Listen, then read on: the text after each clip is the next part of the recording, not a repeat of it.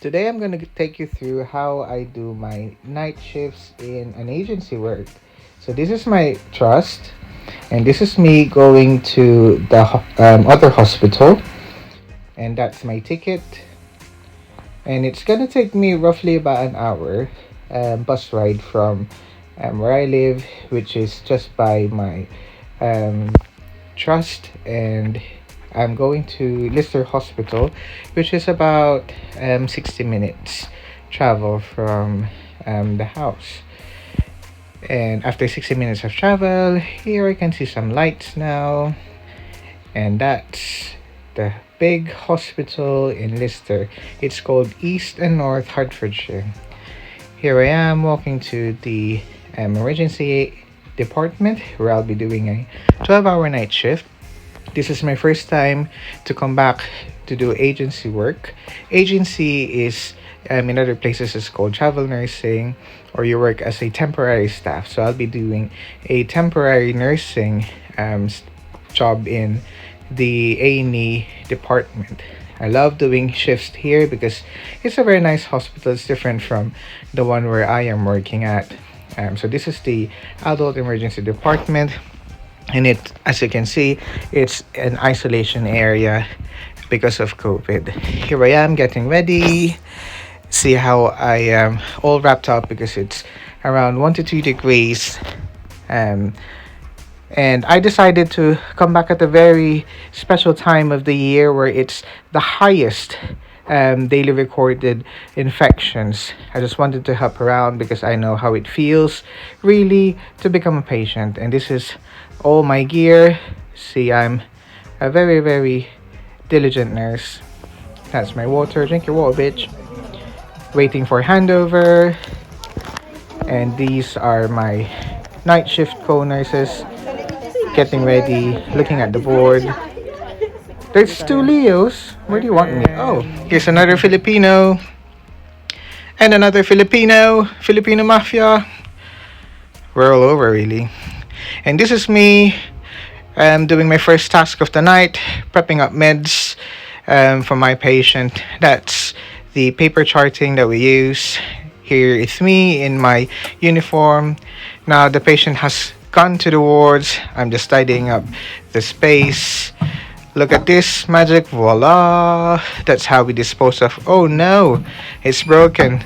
There's poo inside the macerator. Gotta drink some water, bitch. You don't want to be dehydrated, really. Yeah. And now here I am with a patient, just trying to do a cannula. Because I'm a vascular access nurse in my day job, I try to carry out a little bit of the skills, especially if it's a difficult cannulation. I think it's if you're competent to do something, even though you are doing agency work, just make sure that you're doing it very safely. Here it is now. It's 11 o'clock. I started my shift at 7:45. This is my first break. I've got some steam buns and just sitting down, having a little bit of rest. And see, I'm still happy. This is Ate. Hi, Ate. Hi, she's very nice. She's been here a long, long time. And here's me back to work again on the floor, setting up a pump. Oh, I'm eating again. So we get 30 minutes lunch breaks twice and a 15-minute coffee break in between. Haven't really got time to sleep in A&E. So that's it. I'm done with my 12-hour shift. I've got I don't really have the marks, but I'm very oily. So yeah, it was a busy shift, but we got it done. And yeah, that's just a day in the life. I'm ready to walk out. I'm going home. Time for some rest. Finally. Yeah, I'm just knackered. I can't think of anything else to say. So I'm just glad the trip is finished. Yes, I'm going home. I just need to wait for my bus. The bus is on an hour's basis. on a Sunday. I think it's 2 degree. It's not snowing yet, but yeah. So what can I say about being an agency nurse? So being an agency nurse, I think it's a good way to top up your bank. Maybe that's why it's called bank, because then you can top up your bank account. So for the shift that I did, because it's a Saturday to Sunday night, we're looking into getting roughly around 280, but I think they have upped the pay a little bit, so maybe we could hit somewhere around 290, 300 tonight. In the past, I've heard that agency nurses get paid up to I think 30-40 pounds for doing ward shifts, but nowadays I think it's limited to those who do specialized sort of nursing, and they get roughly around 30-40. That's a London rate. If they would have to do a special shift, maybe in IT or something. I know of a place in, if I'm not mistaken, like Northampton area, where they offer £52 for an A&E shift. I'm not sure whether that's day or nights, but then it's very generous. So what others do is that if they find a shift elsewhere that's offering them somewhere around 40s or 50s, we're talking about pounds here, they would try and do a block booking. Block booking means that you've got shifts for several days, or if that's available in the wards or in the areas, and essentially they would just travel all the way to the area. It could be called travel nursing in some areas, and they just essentially book those shifts, do those shifts. They would, if they haven't got accommodation provided, they would just book like a cheap hotel room, a B&B. Yeah, and that's how they make money. So yeah, it's possible that you're able to save, be flexible with your time if you're an agency nurse.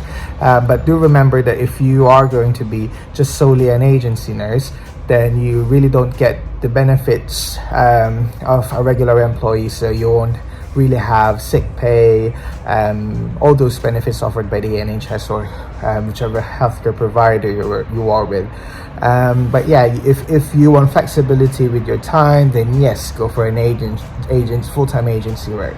The agency that I'm in, they're very good in supporting nurses with trainings. They do it online nowadays because of the COVID scenario, and if you've got to do like a top-up of your actual skills like CPR or something, I think they've put that sort of on hold, and once everything is lifted, then you can just like attend one of their one-to-one sessions. I've been doing agency nursing for about maybe a year or two since I transferred to the area that I live in. So I'm only able to do a shift to the nearest hospital or the nearest trust, other than the trust that I am doing full-time with. So yeah, what else could I say about agency nursing? Yeah, it's a good way to, if you're like me, because I'm a specialist nurse, I no longer am involved with bedside care, so this is my chance to really just be able to go back to the nursing basics, which I truly enjoy, because then you don't really, with my full-time job, I don't really spend a lot of time with patients, because the maximum time that I be with them is like about an hour or so, and then you move on to a different patient. But here with doing agency nursing, you just go back to the fundamentals of nursing, and it's really nice. If you're young still, I think that it's important that you keep your skills, because you don't really want to lose it. Like, if I don't do a shift for a long time, I would find myself just really grappling for like just trying to remember how to manage this and that. Like tonight, we've had 3 DKA patients, the diabetic ketoacidosis patients, and if you're not really used to following the protocol, then essentially you just forget it. But they've got really nice protocols written here, and you can just really read that up. Just be very careful.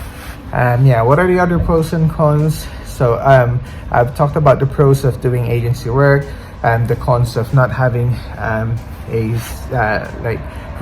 stable, maybe, or reliable benefits. But one of the other cons would be if you're someone who is not really flexible. Sometimes agency nurses could be assigned a shift elsewhere other than the one that they've booked, but thankfully that's only happened to me once, and it was in the wards. That's why I always choose shifts in A&E, because one, you get special pay.